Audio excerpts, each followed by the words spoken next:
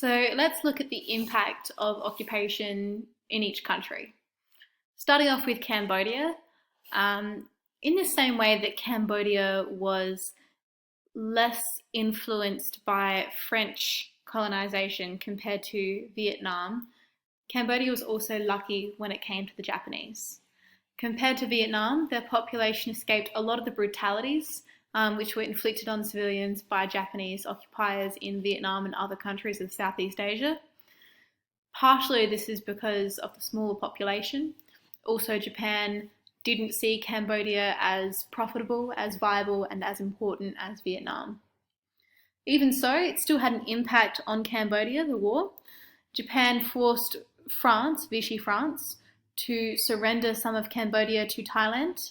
In the beginning of the war, Thailand became allies with Japan, and this was 1/3 of the total area of the country. So that was a massive hit to the confidence of the people living there, and it also meant massive changes for some people who had previously lived in Cambodia and were now under control of Thailand. What the Japanese did in Cambodia was they used the French who were already there to administer Cambodia for them. They had ultimate say, but they forced the French there to do day-to-day management. This was the case until 1945, when they eventually overthrew the French. In 1945, forced them to disarm and remove them from their positions. The reason that they kicked the French administration out of their jobs just before the end of the war was because they were trying to get the support of local populations to encourage them towards proclaiming independence from France.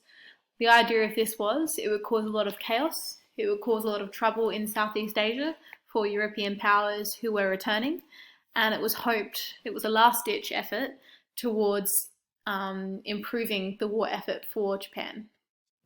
So at the very end of the war, in 1945, the King of Cambodia, Norodom Sihanouk, who'll become very relevant in later weeks when we look at the rise of the Khmer Rouge, proclaimed that Cambodia was, as of now, no longer under French control and was an independent kingdom. It was named the Independent Kingdom of Kampuchea.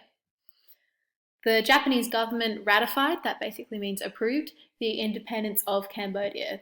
They signed it away. They said, yes, we recognize Cambodia as a new independent nation. Prior to doing this, the Japanese government had actually removed a lot of French influences in the culture of Cambodia. Particularly, they had reinstated the Khmer script instead of the French version of the Khmer script. After the Allies won, after Japan was bombed in Hiroshima and Nagasaki and surrendered, Japanese forces were kicked out of the country, they were expelled, and the French reimposed their rule in October of 1945. Even so, World War II was pretty significant in Cambodia. It had given the people there a taste, admittedly a very small one and only for a few months, of Cambodia being an independent nation. And it had really inspired the king of Cambodia to fight harder for independence and to adopt a nationalist cause. After World War II, he continued really adamantly to fight for what he called the Royal Crusade for Independence. And this is going to become really relevant later. Alright, on to Vietnam. I did say that Vietnam got a much more raw deal than Cambodia when it came to both colonization by the French and invasion by the Japanese. And just as Vietnam resisted the invasion of the French in the late 1800s, much more than Cambodia had, the strongest resistance to Japanese forces in Southeast Asia actually came from Vietnam. Admittedly, some local forces collaborated and assisted and supported the Japanese in running Vietnam, but many did not. And it has often been said that communism would not have achieved power so quickly in Vietnam if it hadn't been for the Japanese invasion, which acted as a sort of catalyst. It was a motivator for a lot of communists in Vietnam, and it also led to an increase in nationalism. Importantly as well, the invasion really discredited the French administration. As I'd said previously, it revealed that colonialism did not have to be a permanent state, that it could be removed, that these areas didn't have to be governed by the Europeans. But at the same time, it did also impose great hardship and suffering among the people of Vietnam. And this is particularly the case in 1945, when they suffered from a terrible famine. There's an image here in the corner of some of the effects of the famine. These are two children photographed in Nam Dinh province. They're sucking the shells of rotten snails that they've picked up on the street because that's the only food that they could find. And there is also a quote which describes the Japanese as invaders up here. The Japanese are 100 times crueler than the French. Even a worm or cricket could not live under their brutal violence. Gradually, as Japan began losing the war, a power vacuum opened up in which, as Japan lost its power and lost its ability to rule over Vietnam, other forces stepped in and sought power for themselves. And one of these groups that sought and gained a lot of power during this period were the Viet Minh. You're probably familiar with that group, although you might not know specifically what they did. They're really instrumental when we look at the Vietnam War. But for now, all I will say is that they are a resistance group. They were anti-imperialist and they were anti-Japanese invasion. Their leader was a guy called Ho Chi Minh. There's a picture of him here in the corner at a young age. Ho Chi Minh was a great deal of things. He was a nationalist. He wanted independence and self-determination for Vietnam. He was a communist. He was very inspired by the writings of Lenin and by the USSR and the leadership there under Stalin. He also was influenced by socialism and communism in China. He had read some of the writings of Mao, and he believed in some ideas of Chinese peasant communism, as he thought that they were really relevant to Vietnam. And finally, he was also greatly inspired by the United States. He frequently quoted Lincoln and Lincoln's Emancipation Proclamation, which freed the slaves after the Civil War.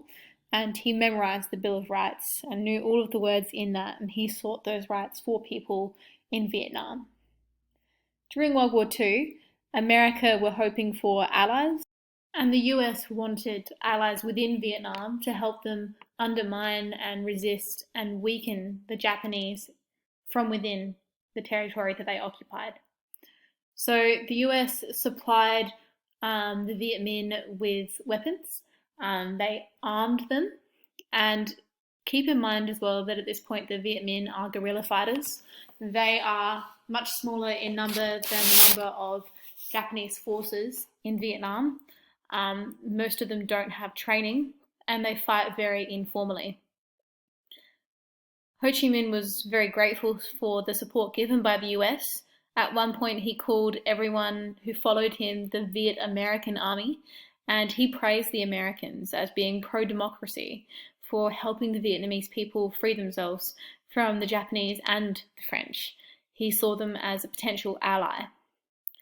The Viet Minh became very popular throughout the course of World War II for their efforts to plot subterfuge against the Japanese. And particularly in the later years, they did things that helped people suffering from the famine. So they broke into storehouses, they seized rice, which was being held to be exported to Japan, and distributed it among the starving people in provinces which were really badly hit by the famine. Obviously, this earned them the support of a lot of the population. Some of their actions were literally life-saving to them, and they were hailed as saviors. With more US assistance, the Viet Minh was able to expand their influence into North Vietnam, and they attracted the support of thousands of poor peasants.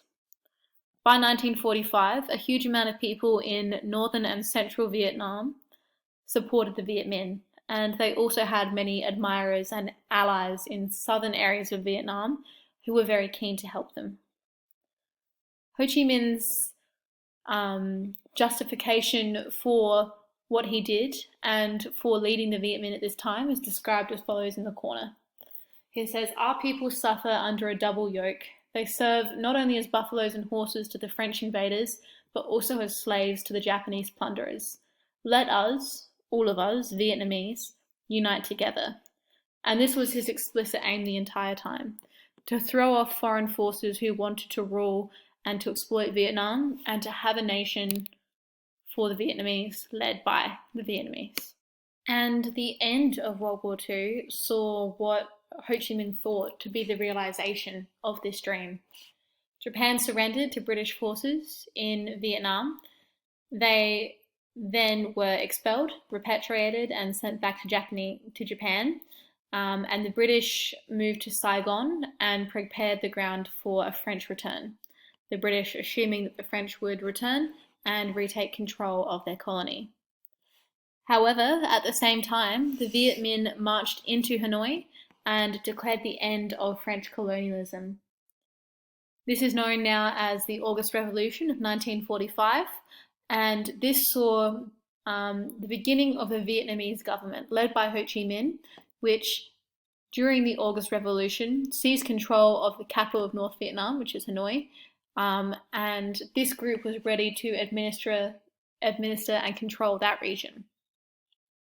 On the day where Ho Chi Minh addressed the crowd in Hanoi, which was composed of thousands of villagers, civilians, and US military officers who were all very pleased with this development, who were smiling, who were very cheerful, he spoke about Vietnam's right to be free and independent.